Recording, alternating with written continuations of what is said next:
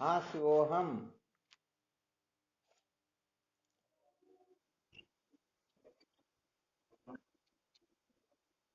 हाँ शिवोहम। अच्छा, क्या विषय चल रहा था अपना?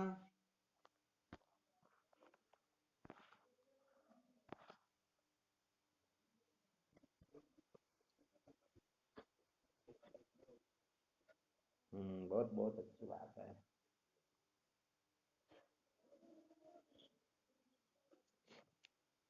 अच्छा, ये सूत्र किसके लिए आवश्यक होता है?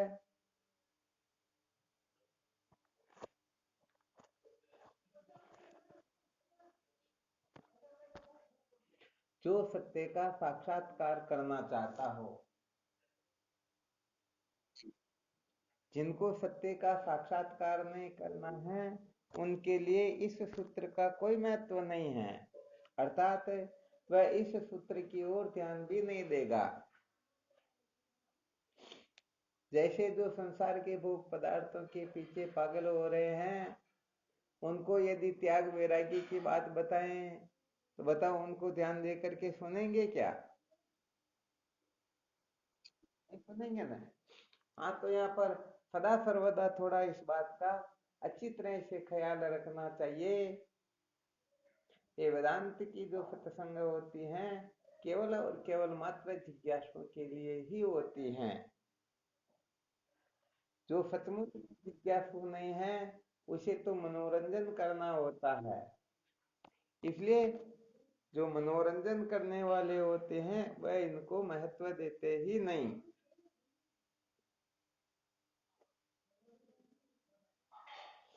तो कुल मिला करके ये जो सूत्र हैं, ये सूत्र उसी के लिए निकला जो सचमुच में विद्या के बंधन से मुक्त होना चाहता है। जो सचमुच में सत्य का साक्षात्कार करना चाहता है, वही इस सूत्र को ध्यान दे करके सुनेगा, समझेगा, विचार करेगा। अर्थात संसार को बनाए रखकर सत्य का साक्षात्कार नहीं किया जा सकता।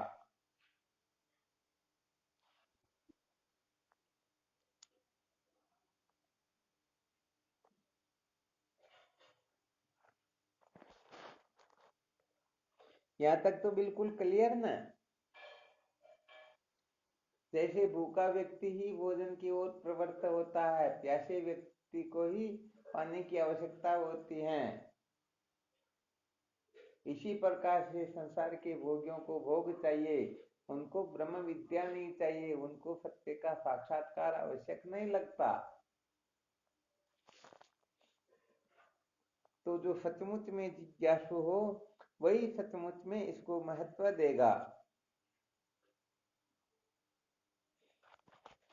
तो यहाँ पर चर्चा चल रही थी पृक्षे लोकान कर्म चित्तान।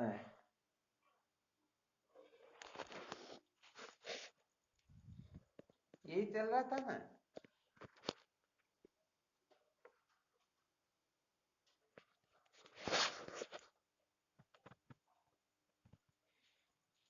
तो संसार को बनाए रखकर सत्य का साक्षात्कार किया जा सकता है अथवा नहीं, इसके लिए श्रुति माता संकेत कर रही हैं। वास्तव में तो संभव है ही नहीं। फिर भी यदि किसी को संशय विपर्य हो, तो वह परीक्षा करके देख सकता है। परीक्षा करके देखेंगे तो पता चल जाएगा ना। इस प्रकार से किसी को प्यास लग रही हो और मृत तृष्णा का जल, समझो बहुत बड़ा समुद्र भरा हुआ है, ऐसे दिखाई दे रहा हो, तो अनंत अनंत जल भी क्यों न प्रतीत होने लग जाए, फिर भी उससे प्यास बुझेगी क्या? फिर भी यदि किसी को ऐसी शंका हो, तो वह वहां जाकर के प्यास बुझा सकता है। तो बात समझ में आएगी या नहीं आएगी?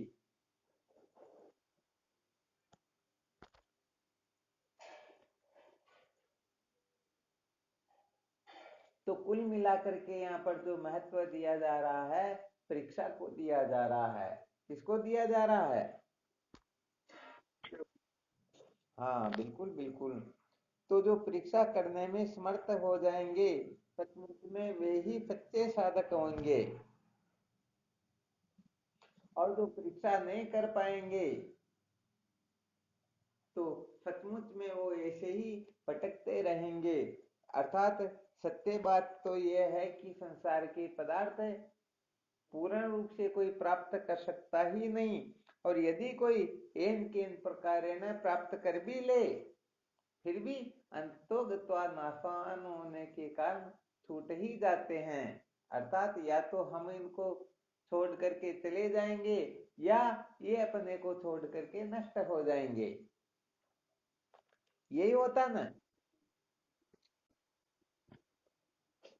तो चलो प्रसंगवश थोड़ा और विशेष बता देते हैं। जब श्रुति माता ने यह संकेत कर दिया न कर्मणा न प्रजया न धनेन त्यागेन एके अमृतत्व मानसु न कर्म से न धन से न भोग से मोक्ष होती है बल्कि इनके त्याग करने से होती हैं। तो यहाँ थोड़ा आज और विशेष रहस्य बताते हैं, थोड़ा आप लोग ध्यान देना इस तरफ, है ना। अच्छा, कर्म धन भोग इन तीनों का संकेत करके श्रुति माता क्या समझाना चाहती हैं? जो सचमुच में विचारवान साधक है ना वो इस पर थोड़ा मंथन करके बता सकेंगे।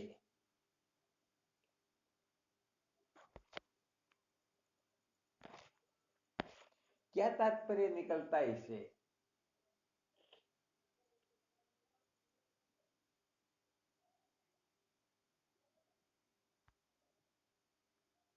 कर्म के द्वारा धन के द्वारा भोगों के द्वारा अमृत तत्व की प्राप्ति नहीं होती है।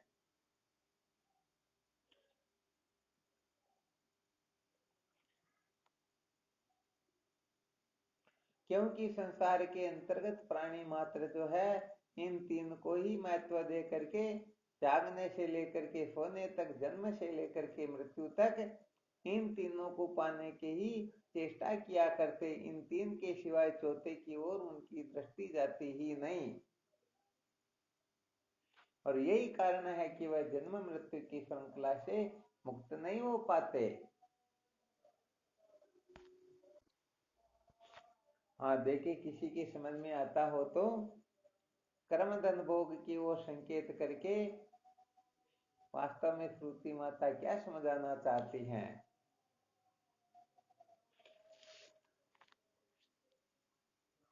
जिन्होंने विचार चंद्रोदय की प्रथम कला को अच्छी तरह से हृदयंगम किया हो तो अभी तुरंत इसका रहस्य समझा देंगे।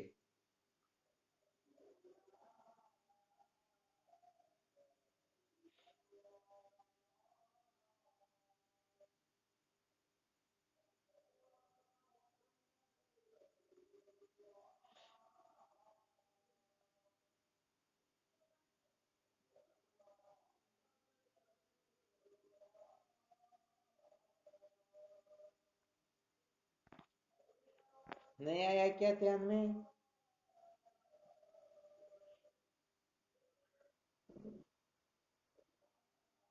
चलो थोड़ी देर के लिए और मंथन करो, तब तक थोड़ा और कोई सूत्र बता देते हैं।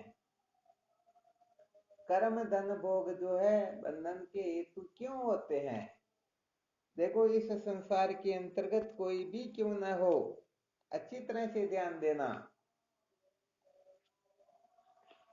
संसार का कोई भी प्राणी क्यों न हो, चाहे वह पाप कर्म करे चाहे पुण्य कर्म करे, फिर भी वह कर्तृत्वाभिमान से मुक्त नहीं हो सकता। ध्यान देना अच्छी तरह से। कर्तापने से वह कभी भी छूट नहीं सकता, क्योंकि करने से क्या होता है? हाँ, कर्तापना मुक्त होता है। कहने का मतलब करने से कभी भी कर्तापन से मुक्ति नहीं प्राप्त की जा सकती, और भोगने से कभी भी भोक्तापन से छुटकारा नहीं मिलता। ध्यान देना अच्छी तरह से। करने से कर्तापना नहीं छूटता और भोगने से भोक्तापन नहीं छूटता। तो बताओ, ये कर्ता भोक्ता ही तो समस्त दुखों का कारण है। इसी को जीव भाव कहते हैं, यही तो ज्ञान है। यही है क्या वो, या कोई और है?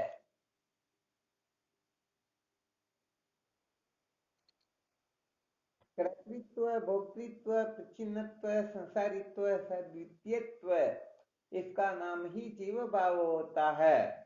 तो देखो, कर्म धन भोग के संपादन से कर्तृत्व भोक्तृत्व भाव जो है निवृत्त नहीं होते, बल्कि और पुष्ट होते हैं। क्या होते हैं? हाँ, क्योंकि कुछ न कुछ भी करके देख लो, चाहे पुण्य करो चाहे पाप करो, पुण्य करोगे तो भी मैं करता हूँ, और पाप करो तो भी मैं करता हूँ, ये कर्तापना तो कभी भी निवृत्त होने वाला है नहीं। और कुछ भी क्यों न भोग करके देख लो, मैं भोगता हूँ, ये निश्चित रूप से ऐसी वृत्ति उदय होगी ना। तो बस इस कर्तृत्व भोक्तृत्व पने का नाम ही जीव भाव होता है, और इससे छुटकारे का नाम ही जीवन की सार्थकता होती है। तो बताओ, कीचड़ से कीचड़ कभी साफ हो सकता है क्या? वास्तव में कीचड़ से कीचड़ कभी भी साफ नहीं होता। तो क्या सिद्ध होगा इस जगह पर?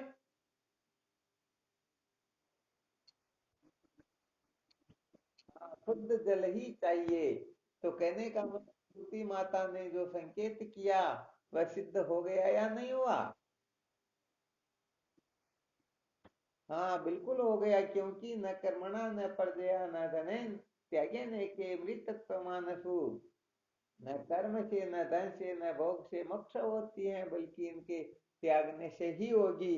क्योंकि जब तक हम कुछ न कुछ करते रहेंगे तब तक कृतित्वाभिमान पुष्ट होता रहेगा, जब तक भोगते रहेंगे तब तक भोक्तृत्वाभिमान पुष्ट होता ही रहेगा।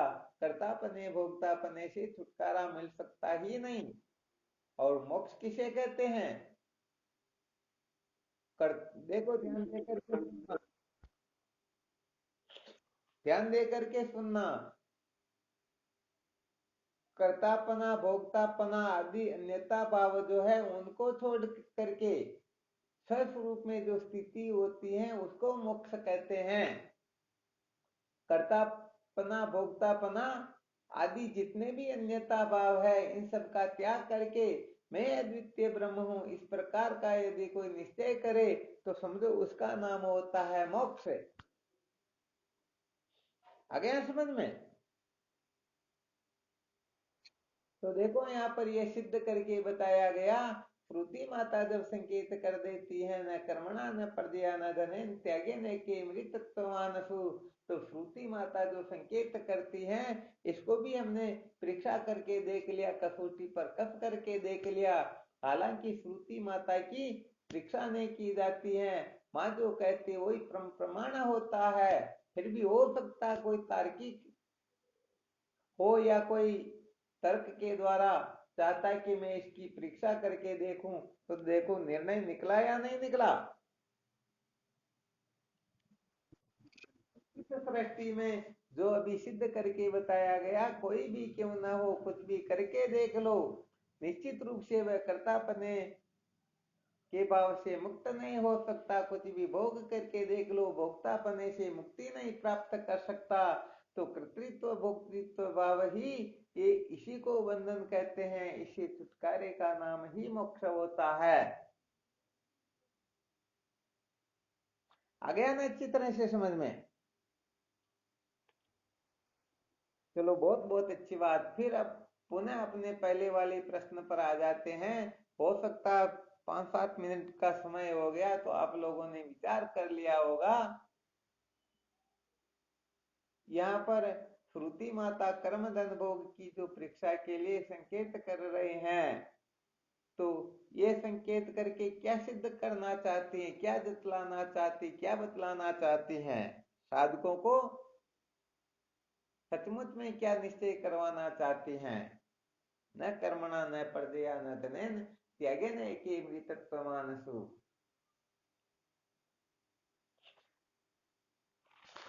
हाँ, कोई भी साधक है? इसके लिए आपको संकेत भी करके बता दिया।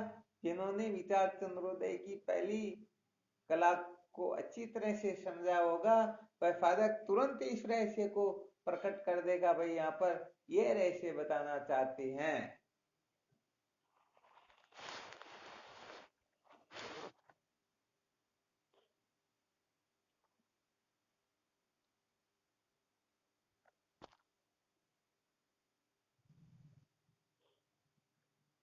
किसी को आ रहा समझ में?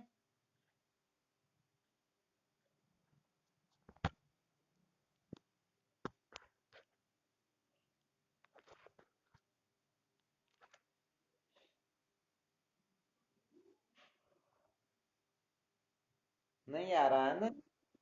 हाँ शिवम बोलो।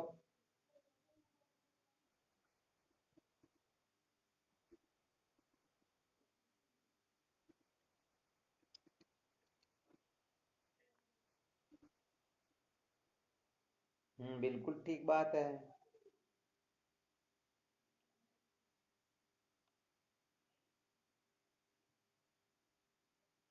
नहीं, प्रश्न यहाँ पर यह था, श्रुति माता ने जो संकेत किया कर्म धन भोग के बारे में, तो कर्म से, धन से, भोग से हम क्या तात्पर्य समझे?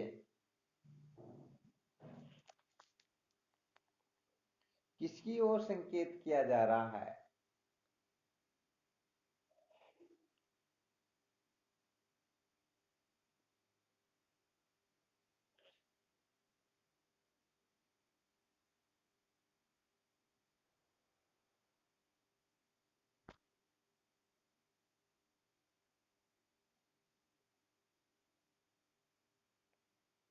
नहीं आया समझ में?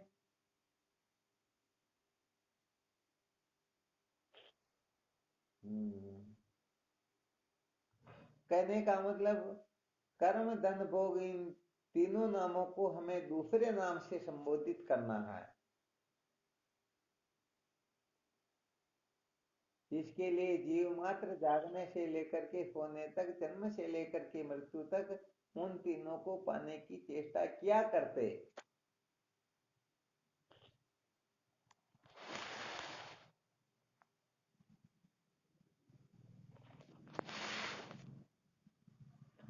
तो भी समझ में नहीं आया ना?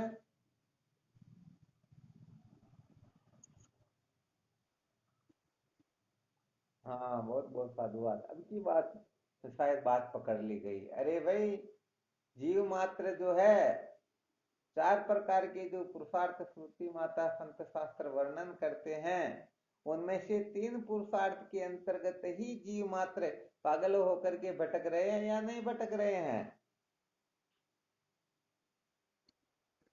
तो कर्म धन भोग को जो महत्व देने वाला है, समझ लेना चाहिए, वह धर्म अर्थ काम इन तीन प्रकार के पुरुषार्थ को पाने वाले में कोई न कोई हो सकता, परंतु वह मोक्षार्थी नहीं हो सकता। ध्यान देना अच्छी तरह से।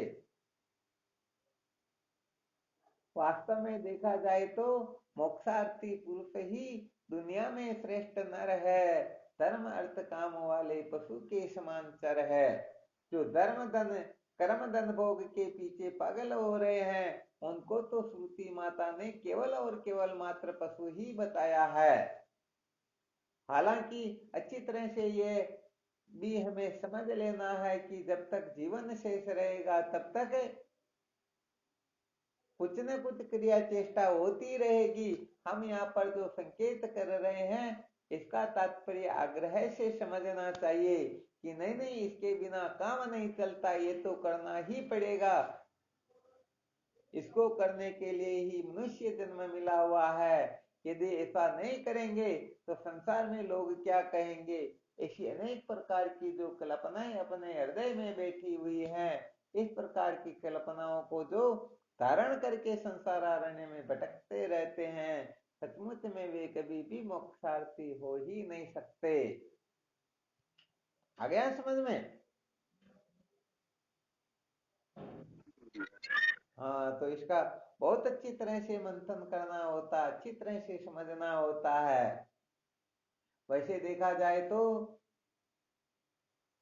जब त्याग का विषय चलता है तो त्याग तो वही कर सकता है ना जिसके पास में कुछ हो। यदि है ही नहीं तो यह त्याग कर सकेगा क्या?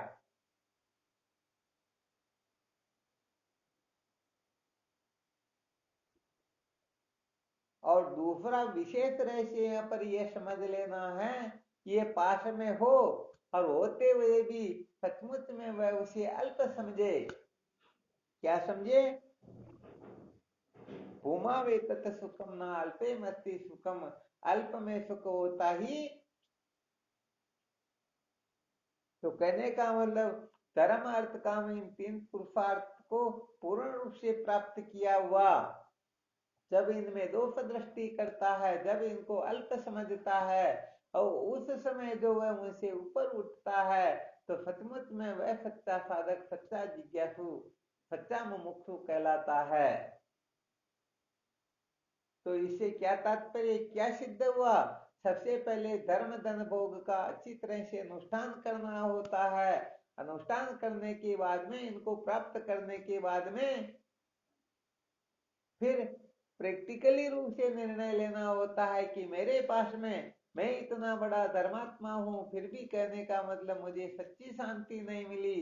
धन की कोई कमी नहीं है, भोगों की कोई कमी नहीं है, फिर भी कहने का मतलब मैं अशांत हूँ, दुखी हूँ, भटक रहा हूँ, मुझे कुछ और चाहिए। उस समय जो वैराग्य होगा, उस समय हम जो इनको कचरा समझेंगे, तो सच्ची बात यह है कि जीवन में कभी भी भटक कर उस तरफ आएंगे नहीं। और जिन्होंने ऐसा नहीं किया वो कहने का मतलब बार बार भले ही वेदांत श्रवण मनन करेंगे परंतु मन में रहेगा नहीं नहीं।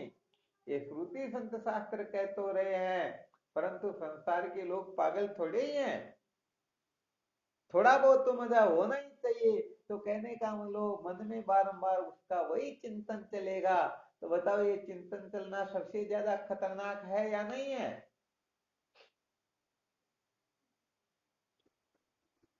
अच्छा, ये संसार वृक्ष का चार बीज बता रखा शायद। तो चार बीज में से बारंबार चिंतन करना ये कौन सा बीज होता है?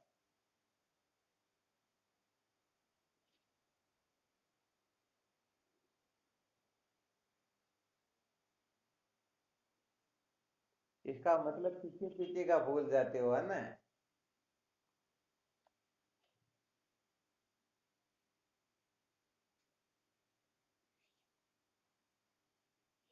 किसी को ध्यान में नहीं आया क्या?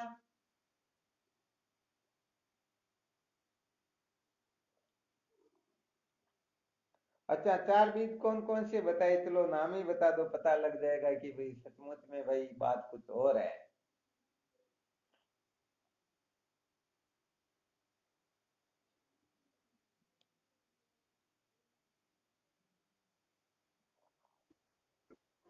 हाँ शिवम बोलो।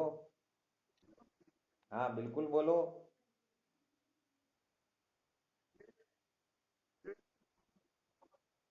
क्या बात है, महावीर जी महाराज ने बता दिया। संसार वृक्ष के जो चार बीज हैं, संवेदना, भावना, वासना और कलना, बहुत अच्छी बात है। तो ये बारंबार जो विषयों का चिंतन होता है इसको क्या कहते हैं?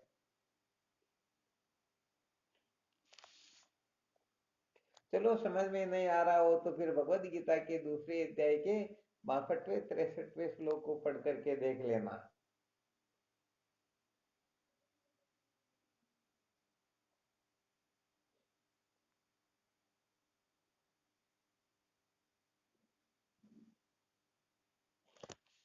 ठीक है क्या?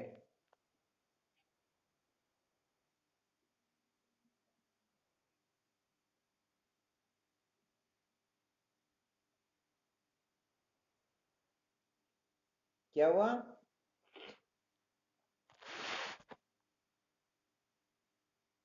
देखो भाई, बुद्धि भी थोड़ी अपनी विवेकी होनी चाहिए, बुद्धि भी बरोबर काम करनी चाहिए। जबकि यह सूत्र जब चला तब अच्छी तरह से मंथन करवाया था, इन चार में से सबसे खतरनाक बीज कौन सा है। यदि उस जगह पर कोई विचार करके उसका त्याग कर दे तो फिर कहने का मतलब ये संसार वृक्ष जो है मूल के नष्ट होने पर सूख ही जाता है। तो भावना जो है दूसरे नंबर का बीज, संवेदना का क्या अर्थ बताया? पहले इंद्रियों का विषयों के साथ में जो संयोग होता है उसे संवेदना कहते हैं। विषयों के नष्ट हो जाने पर भी बारंबार जो उनका चिंतन किया जाता है उसको भावना कहते हैं। और बारंबार चिंतन करने से उन विषय भोगों को भोगने की जो दृढ़ आसक्ति, दृढ़ प्रीति हो जाती है उसे ही फिर वासना कहते हैं। चाहे कुछ भी क्यों ना हो जाए, मुझे ये काम तो करना ही करना है, ये मजे तो मेरे को लेने ही लेने हैं, इसी को तो वासना कहते हैं। तो बताओ, बारंबार यदि चिंतन नहीं किया जाता, क्योंकि न चाहते हुए भी इंद्रिय और विषय का संयोग तो कहीं ना कहीं पर हो ही जाता है, परंतु यदि उनका बारंबार चिंतन नहीं किया जाए तो बताओ वासना उदय होगी क्या?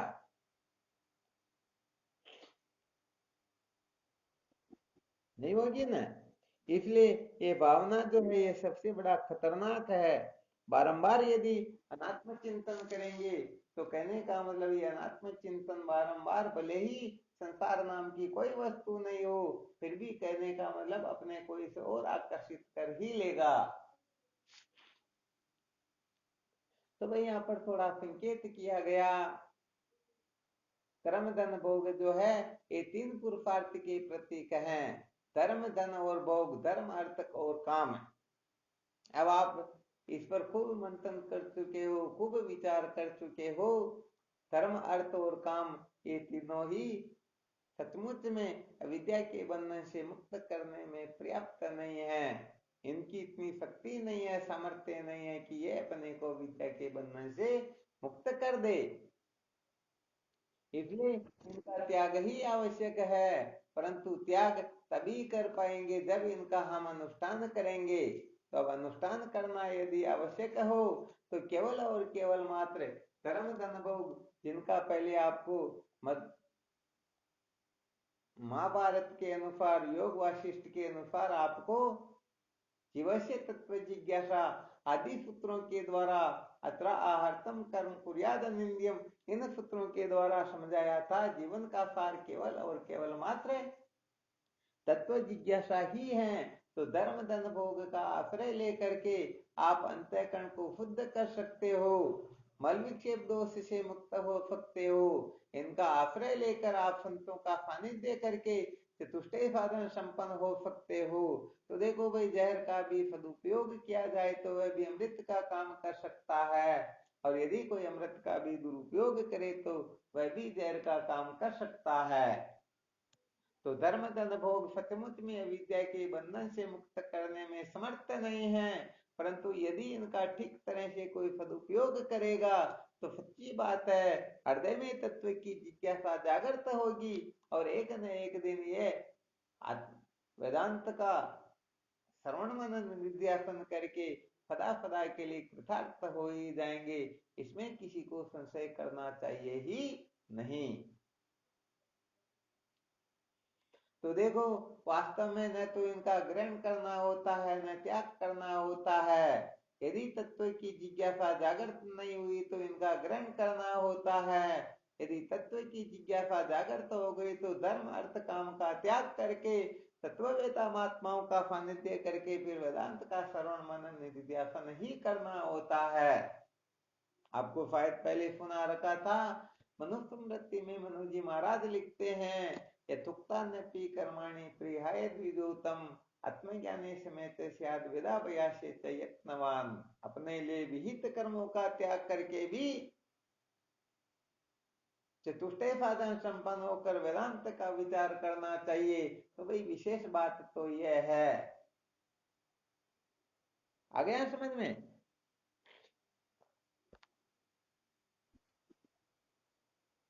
हाँ, तो इस जगह पर अपने को, क्योंकि अपन किस जगह पर बैठे हुए हैं तो अधिकतर घर में उलझे हुए ही, अर्थात गृहस्थ की कक्षा में अधिकतर साधक चल रहे हैं। तो फिर कर्म धन भोग का संपादन करो, परंतु संपादन शास्त्रों की रीति से करो।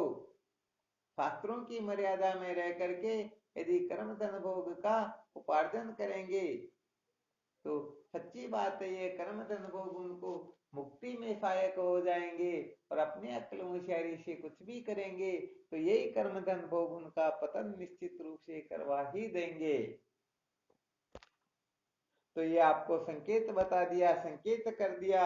अब आप जानो, आपका काम जाने। यदि सचमुच में आप जीवन को धन्य बनाना चाहते हो, जो जो सुना उनके अनुसार अपने जीवन को बनाने की चेष्टा करना, क्योंकि अपना मन जो कहता है इससे यदि कल्याण होता तो अब तक कभी का हो ही जाता, हो जाता ना। पर अपनी अकल होशियारी से कल्याण वास्तव में हो नहीं सकता, इसलिए तस्मा शास्त्रम प्रमाणम ते कार्य कार्य व्यवस्थित। भगवान कृष्ण 16वें अध्याय के अंतिम श्लोक में कहते हैं, हे अर्जुन, तुझे क्या करना क्या नहीं करना इसमें शास्त्र ही प्रमाण है। तो भाई यहाँ ज्यादा नहीं कहेंगे।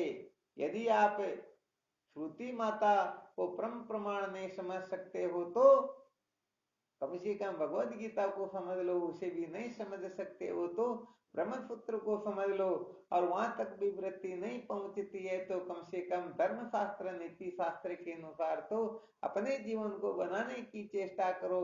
सचमुच में आप कृतार्थ हो जाओगे, आपका जीवन धन्य हो जाएगा, ये सदा सदा की खटपट ही निवृत्त हो जाएगी। और अक्ल होशियारी लगाते रहे तो सच्ची बात है बड़ा गड़बड़ घोटाला हो जाएगा। एक छोटा छोटा सा संकेत कर देते हैं। संसार में कहने का मतलब बड़े बड़े बुद्धिजीवी भी होते हैं, वो भी कहने का मतलब इनके चक्कर में पड़ करके अपना सारा का सारा नुकसान कर लेते हैं। फिर साधारण जीवों की तो बात ही क्या है।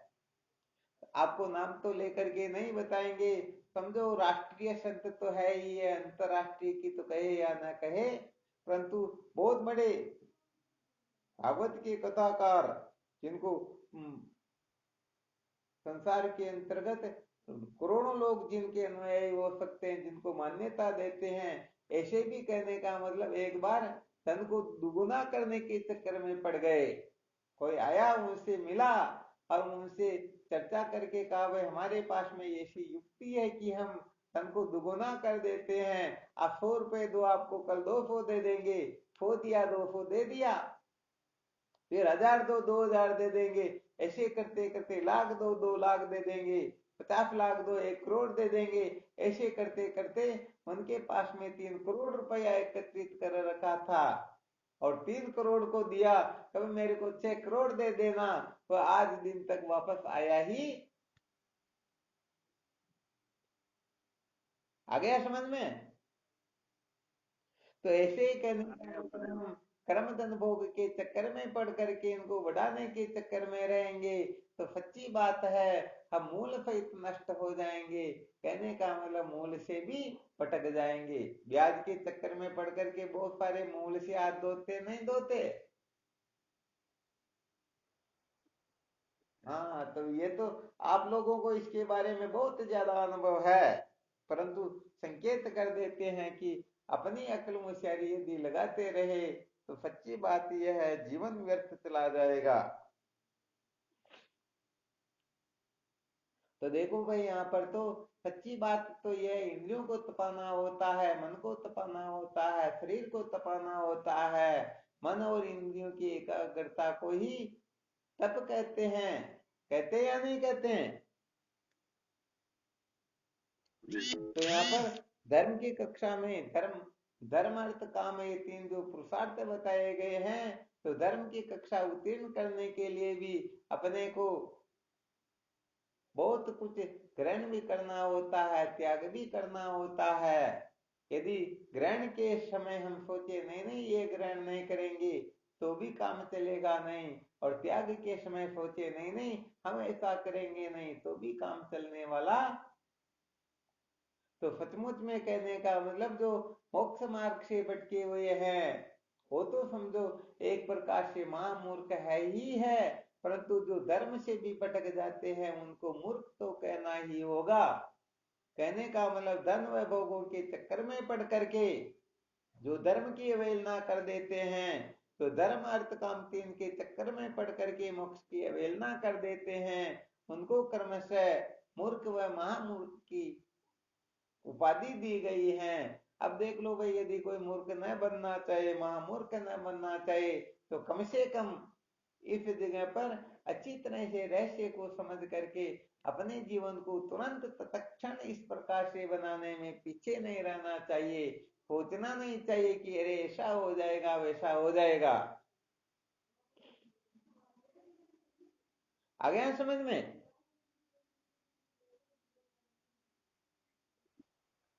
हाँ, ये यदि समझ में आएगा तो सच्ची बात है, जीवन धन्य हो जाएगा।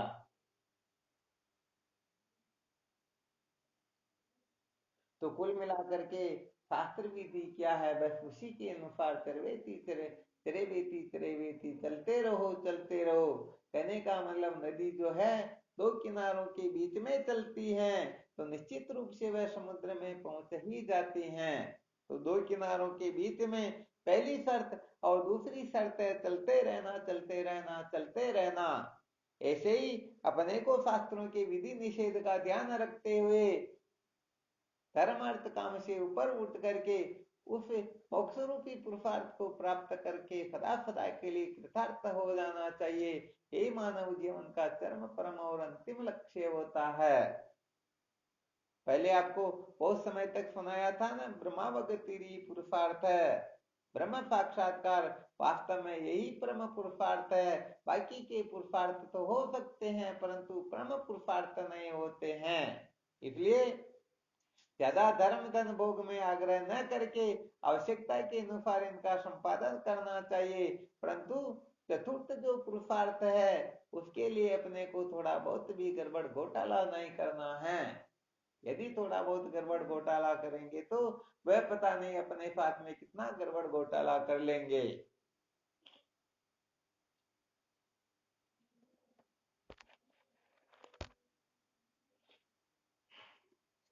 चलो ठीक है, यहाँ पर कोई शंका हो तो देख लो।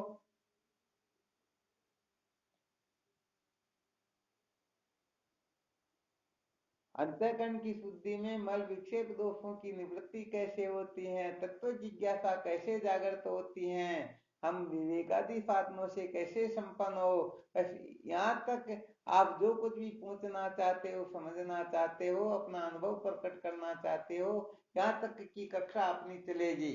बाद में इसे आगे यदि किसी को कुछ भी समझना हो तो इसके लिए श्रुति माता ने स्पष्ट संकेत कर दिया। तद विज्ञानार्थम से गुरु में अभिगचेत समित पाणी प्रोत्ते ब्रह्मनिष्ठम। इसके पश्चात तो अपने अपने गुरुदेव की शरण में जाकर के फिर ब्रह्म विचार करना। क्योंकि ये जो साधन है तत्व जिज्ञासा तक के लिए तो शास्त्रोक्त हो सकते हैं। यदि आगे हम ब्रह्म विद्या का उपदेश ऐसे ही करने लग जाएंगे तो सच्ची बात है ये ब्रह्म विद्या की ही अवहेलना होगी, ब्रह्म विद्या का ही तिरस्कार होगा। क्योंकि श्रुति माता ने संकेत कर दिया तो अपने को उस संकेत का भी ध्यान रखना है। तो सच्ची बात तो ये जिसके हृदय में सचमुच में तत्व जिज्ञासा जागृत हो जाएगी वह एक क्षण की भी देरी नहीं करेगा, तुरंत ऐसे महापुरुषों की खोज करेगा जिससे आ गया समझ में। हाँ, ये विशेष बात है। और तत्व जिज्ञासा जागृत नहीं होगी तो महाराज न तो उनसे कर्म छूटेगा, न धन छूटेगा, न भोग छूटेगा। वो धर्म अर्थ काम के चक्कर में पड़े ही रहेंगे। और कर्तृत्व भोक्तृत्व प्रचिन्नत्व संसारित्व से कभी भी उबरने वाले हैं नहीं, छूटने वाले हैं नहीं। तो ये सारी की सारी साधनाएं, सारे के सारे साधन भजन छूटने वाले हैं। यदि सकामा भावना से किया, मौज मस्ती मनोरंजन के लिए किया तो। इसलिए शास्त्रोक्त रीति ही साधन प्रमाण हुआ करती। अतः अच्छी तरह से शास्त्रोक्त रीति से अपने जीवन को आगे बढ़ाना चाहिए। यदि थोड़ा बहुत गड़बड़ घोटाला दिखाई दे तो निश्चित रूप से कहने का मतलब तुरंत उस जगह पर सुधार कर लेना चाहिए। क्योंकि ये संसार तो एक न एक दिन छूटेगा ही छूटेगा। पक्का है या नहीं है? हाँ, इसलिए ये संसार छूटे इससे पहले अपन संसार को छोड़ देंगे। कहने का मतलब बर्खास्त होने से इस्तीफा देना अच्छा होता है। तो संसार छूटे उससे पहले संसार के प्रति हमारी अहमता ममता आसक्ति सत्यत्व बुद्धि आदि जो है वो कहने का मतलब शांत हो जाए, निवृत्त हो जाए, फिर कहने का मतलब बात कुछ और होगी। आ गया समझ में? हाँ, तो कुल मिलाकर के ये अपन चाहे कितना भी जोड़ते क्यों न रहे, परंतु बराबर का हाथ प्रारब्ध के हाथ में होता है, वो बटन भगवान के ही हाथ में होता है। अपन कितना भी आकाश पाताल जितना क्यों ना कर ले, अंत में जो शेष रहने वाला है वही रहेगा, बाकी कुछ भी रहने वाला है नहीं।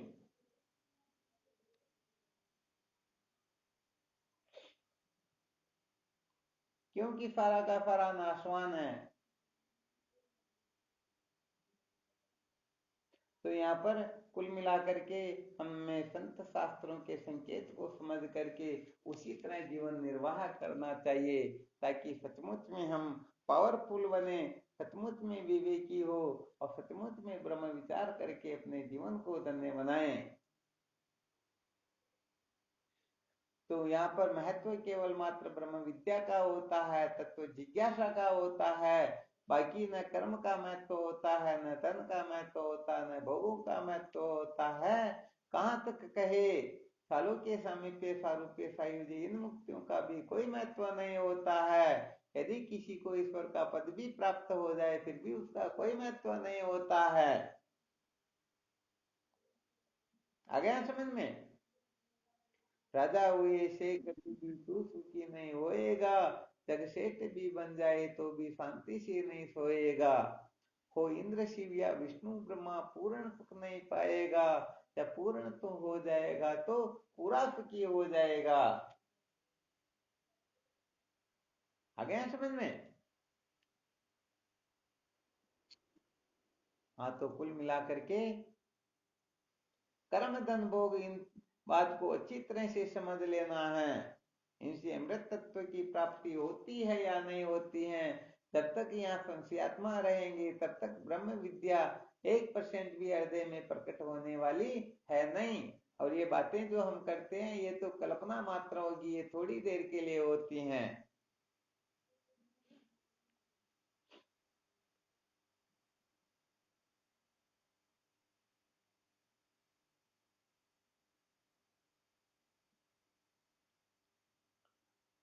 चलो ठीक, फिर करो साधन भजन। शिवोहम।